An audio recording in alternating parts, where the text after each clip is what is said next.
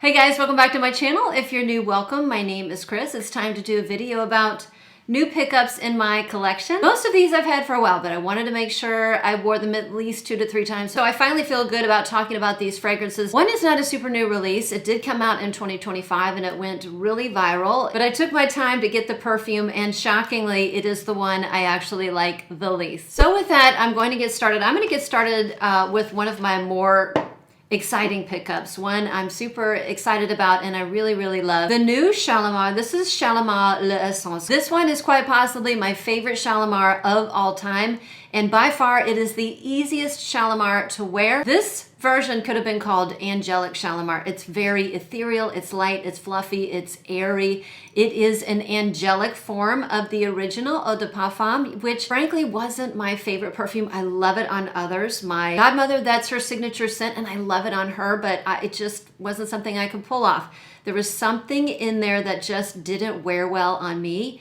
And this Shalimar has none of those harsh edges. And in many ways, it is the least Shalimar of the Shalimar flankers, but it still has that, you know, at its core, that recognizable Guerlain vanilla. It just doesn't have a ton of citruses. It doesn't have a ton of the leather notes.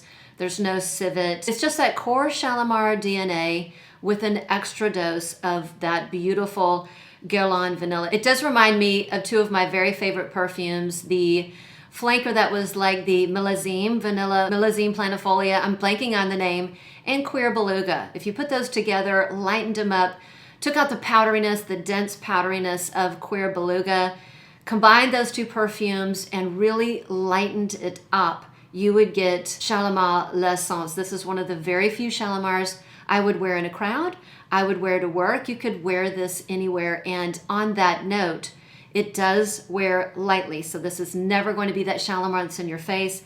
It's a very pleasant, light, gentle form of the Shalimar. And so if you really wanted to make your presence known with this perfume, you're going to have to go a little bit heavy on the trigger. I was kindly sent the 2 of the newest releases from Kayali, and I have to be honest with you, I was a little bit nervous. The perfumes in the Oudgasm collection, there were a couple of them that just weren't my favorite. I can't think of a single perfume house that I've loved every single one of their releases. Kayali is one of those houses. I haven't loved everything, but the ones in that collection in particular, sometimes the oud was just a little bit too much.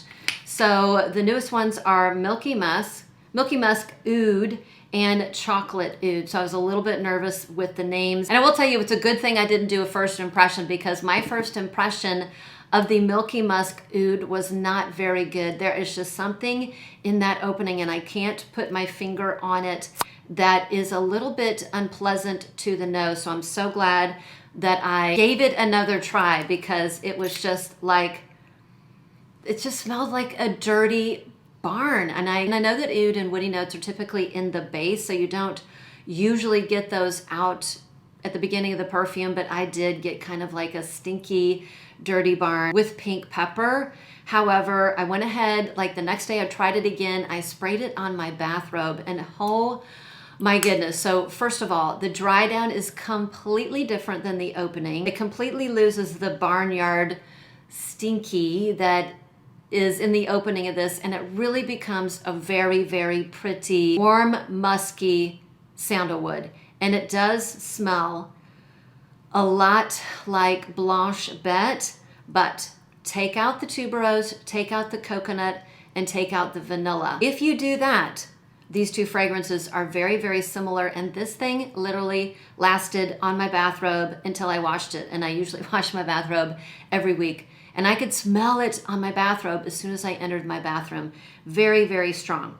So this one is a win, as long as I don't really kind of sniff where I first sprayed in the opening. I just don't care for the opening, but thankfully it doesn't last that long. Now, for the Chocolate Oud, the opening of this and the dry down are also very different. If I were to do a first impression of this one, I would say it smells exactly like Angel Share. It does. And the notes are on the back. Candied apple, so there's plum, apple, orris incense, cocoa, and a chocolate oud. I get something very similar to an Angel Share, like a caramel, boozy apple cocktail, not as dense as Angel Share, and not as spicy. As you guys know, I am the incense girl. I'm an incense girl. I don't really pick up a lot of incense in here. It is a touch smoky. Almost like you took that, you made a boozy caramel apple cocktail and you smoked the glass right before you poured it in. Now, as this starts to dry down, some of that sweetness fades, the apple note fades, and then you do run into a woody, like a chocolate wood in the base. But thankfully, it never gets skanky and I don't pick up anything barnyardy in this particular perfume. This one isn't nearly as strong as the Milky Musk Oud, but it's a nice perfume. I would say if you love Angel Share and you have Angel Share or anything like that, you probably don't need this. But I do enjoy that it is a very dynamic perfume and that the opening and the closing are very, very different. Okay, I have the newest release from Micallef, Hypnotic Musk Nectar. If you like the original, I think you're gonna love this. They are a little bit different in my opinion. So this perfume is essentially a fruity floral musk. And the fruits are lychee, blackcurrant, raspberry, and the florals are purplish. So there's like a purpley floral, particularly violet. I get a candied violet sweetness in the both of them. The nectar version is fruitier. It has a lot more fruits. I get a really big blast of the fruits. It's a little bit denser. It is definitely more heavier wearing, even though it's not a heavy perfume, and it lasts longer. I would say Hypnotic Musk, the original, is more floral. It's less fruity. It's a little bit more musky, and it's a little bit more lighter wearing. Even though they do share similarities, there's definite differences. And I really like the nectar version more myself. So good job, and Micallef. I like this one. Okay, the House of Navitus kindly sent over the newest release, and it is in collaboration with Cherry Lifestyle. She has a huge presence here on YouTube and social media. And if you thought that cherry perfumes were a thing of the past, think again. This year, as we all know, lots of cherry perfumes have been released, and this is Élan Noir, and I think it's a very, very nice release. If you like a cherry perfume, if you are a diehard cherry fan like I am, you are going to enjoy this fragrance. This is a very pretty fragrance. It has an elegance to it. There's something sophisticated about it. It's a dressed up cherry. So to me, this is a dark cherry perfume, and it has a little bit of that cherry liqueur. I guess I would say quality in the background. It's not forefront in the perfume. I wouldn't say this is a boozy cherry perfume. I would say this is very cherry forward, like dark cherry with a little bit of a booziness in the background. Now I get something spicy in here. I do not know the notes. I cannot tell you the notes. I'm just telling you what I smell. I would guess it would be something along the lines of a pepper, maybe a little bit of cardamom, but they're in the background, and I get them more in the opening. And as it dries down, some of those spices fade and it becomes like a woody cherry perfume. So I think this is a very nice release, and it would be something that I would wear when I was more dressed up and going out for the night. Okay, speaking of cherry, let's do the other cherry. This is Syn.Cherry by Scentologia. This is the brand that came out with Lactonic earlier on in the year. Now, that one I thought was a nice release. It just smelled way too similar to Solturosa 62. If you love that perfume, you would love Lactonic. I ended up giving it to I call her my work sister. She's my executive assistant, and she absolutely loves that perfume. And she says she gets compliments everywhere she goes. So this cherry completely surprised me. I try not to look at the notes before I smell a perfume for the first time, and I was shocked. I get a lot of other things other than cherry in here. This is very floral. It's very fresh. It's floral. It does have cherry, but it's got other fruits in here. I mean, I would say like blackcurrant, maybe orange. It's very juicy. So it is not a dark cherry like Élan Noir. That's a dark cherry. This is a very bright cherry. This is fresh cherry, orange, maybe blackcurrant, mango, something almost like a fruit salad with cherry being prominent. This has a lot of florals, and I don't know the floral in particular. I wouldn't be surprised if this one had violet. It's light and floral, a little bit candied. I wouldn't be surprised if it was violet, maybe freesia. But anyways, it does have a candied sweetness to it, not a boozy sweetness like Élan Noir or Last Cherry. This one has a candied cherry sweetness. And even though it's nice, it is a little bit on the expensive side for what you get. Okay, we'll talk about the newest Libre from YSL. This is YSL, I think it's called Vanilla Couture. Is this my very favorite Libre? I don't know. I found Flowers and Flames and I really, really like that one because it's a little bit more fresh, it's more citrusy, and it has a little bit of coconut. So it's like a really nice warm weather form of Libre. This is Libre, but it has a huge dose of vanilla. So when you first smell it, you're gonna say, oh my gosh, here we go. It smells exactly like Libre. And it does in the beginning, but when you get to the dry down, that's where the differences come out. This one is much more vanillic. The lavender fades, the orange blossom fades, the floral fades, and this becomes a vanilla-centric perfume. I haven't quite decided if this is my favorite Libre or not, but I do like this better than the original Eau de Parfum, the Eau de Toilette, the Eau de Parfum Intense. So this one and Flowers and Flames are my favorite. So this would be the cold weather Libre for me, and Flowers and Flames would be my warm weather preference. Okay, the newest release from Goldfield and Banks is Tales of Amber.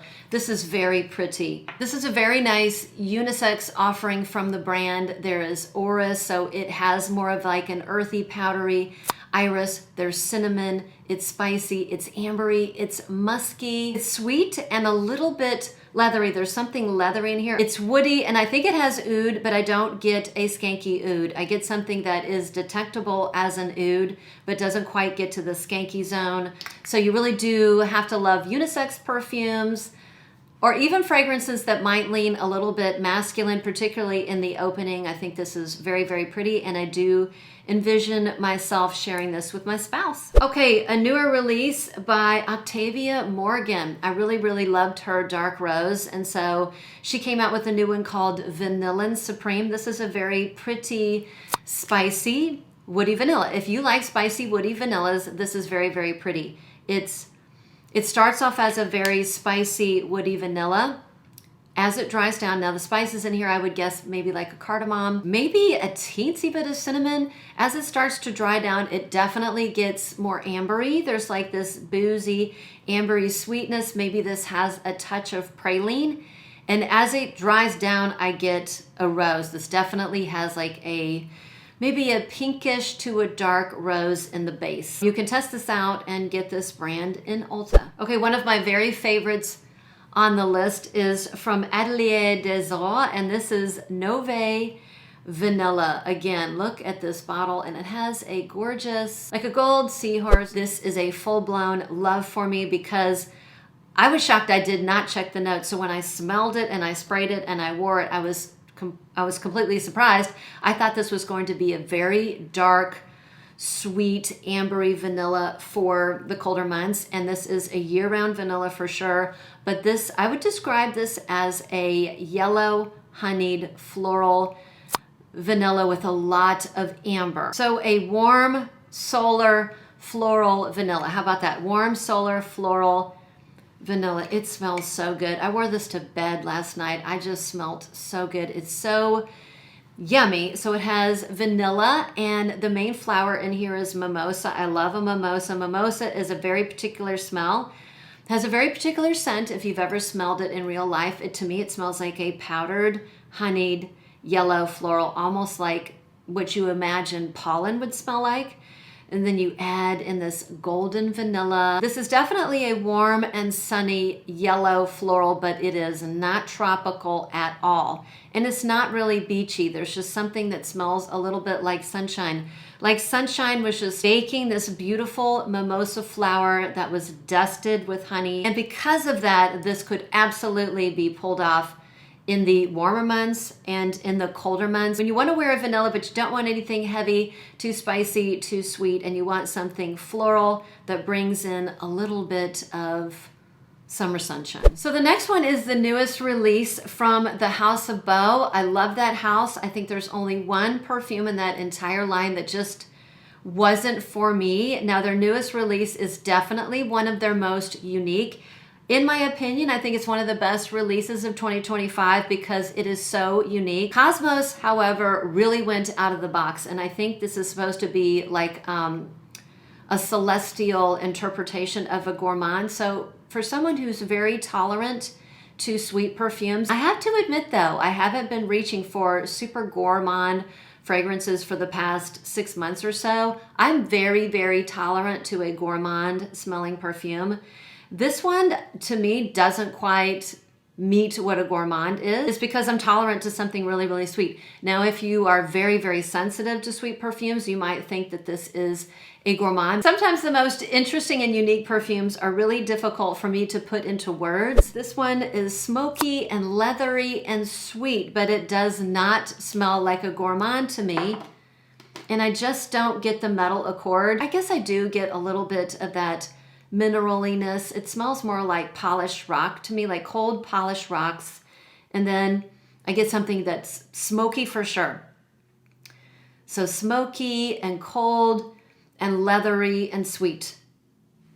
So like cold polished rocks with a little bit of smoke, something that smells like leather and something that smells sweet. It's a very, very unique perfume. This one is extremely strong. The first time I sprayed it, I was wearing a t-shirt. I put like 2 sprays on my chest. I was gonna go somewhere where I didn't think I should probably wear this perfume because it's very, very strong. I took the t-shirt off, I put another shirt on, and I didn't put another perfume on after that. And I could smell the perfume for hours because it had gotten on my, it had kind of gone through to my skin underneath the t-shirt that I was wearing, even though I sprayed twice. So it's very, very strong. So this is one that I spray 2-3 times, walk through it, walk through the, the mist, and wear it. So I absolutely give kudos to the House of Beau for going out of the box and doing something like this. This will be one of those that you're either gonna love it or it's just not going to be up your alley. And I think just personally for me, it's something that I'm going to love to wear when it's really, really cold and I've got something like a chunky sweater on. Okay, and the most controversial for sure, I finally picked up the new Fetiche La Rose Blind Buy. Listen, if I wasn't a content creator, there is no way in heck I would have purchased this blindly. And I'm going to tell you that I appreciate the bottle for the point of view. I know that this is an homage to the Christian Louboutin original stiletto, the black vinyl stiletto with the red heel. So I get that, but it's not super practical. Honestly, if you're not careful, it can be dangerous. But yeah, so this perfume, I know it's gonna be controversial. This perfume kind of was the nail in the coffin that I don't think Quentin Biche is my favorite perfumer anymore.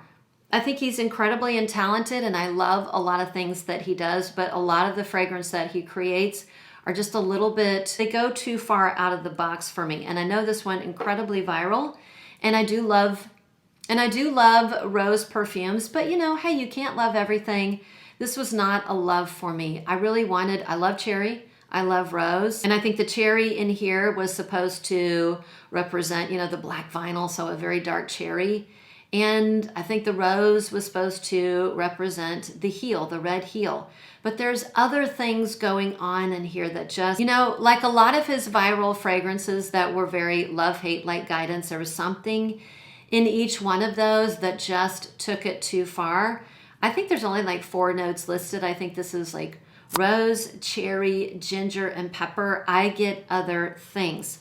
I definitely get a wood in the background. I wouldn't be surprised, particularly in the base, if there's oud in here. And I don't get the typical ginger. I get, that ginger that's fresh and zingy and zippy. The ginger on here I get is like you just pulled it out of the ground and it's got the skin on it. I get more of like a dirty ginger skin. So instead of elevating it and making this an invigorating scent, it kind of goes dark and dirty. And maybe that's part of the point of view because in many ways that shoe is, it's a beautiful shoe. there's something a little bit gothic about it. So this is definitely a gothic rose.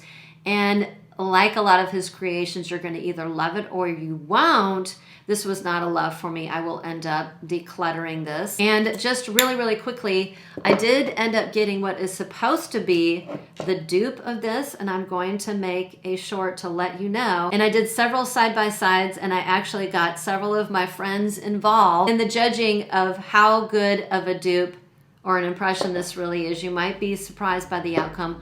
I'll do a separate short on that because this has gone really long. Oh, also, I did end up getting the Discovery set from Christian Louboutin as well, and I will do a separate video, maybe a short, reviewing these as well. And I did like some of these more than I loved Fetiche La Rose. So that was it. Thanks for sticking around. Thanks for watching. If you haven't done it already, let us all know down below some of your newest pickups, some newest acquisitions, were they likes, were they loves, and were there any disappointments?